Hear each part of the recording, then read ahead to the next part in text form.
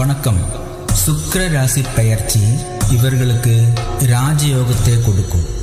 உங்கள் பெயர், நட்சத்திரம் மற்றும் ராசியை கமெண்டில் பதிவு செய்யுங்கள். தினசரி தாந்திரிக பூஜையில் இலவசமாக தங்களை உள்படுத்திக் கொள்ள நீங்கள் சேனலுக்கு சப்ஸ்கிரைப் செய்யவும். மேலும் ஃபேஸ்புக் மற்றும் இன்ஸ்டாகிராமில் எங்களை பின்தொடருங்கள்.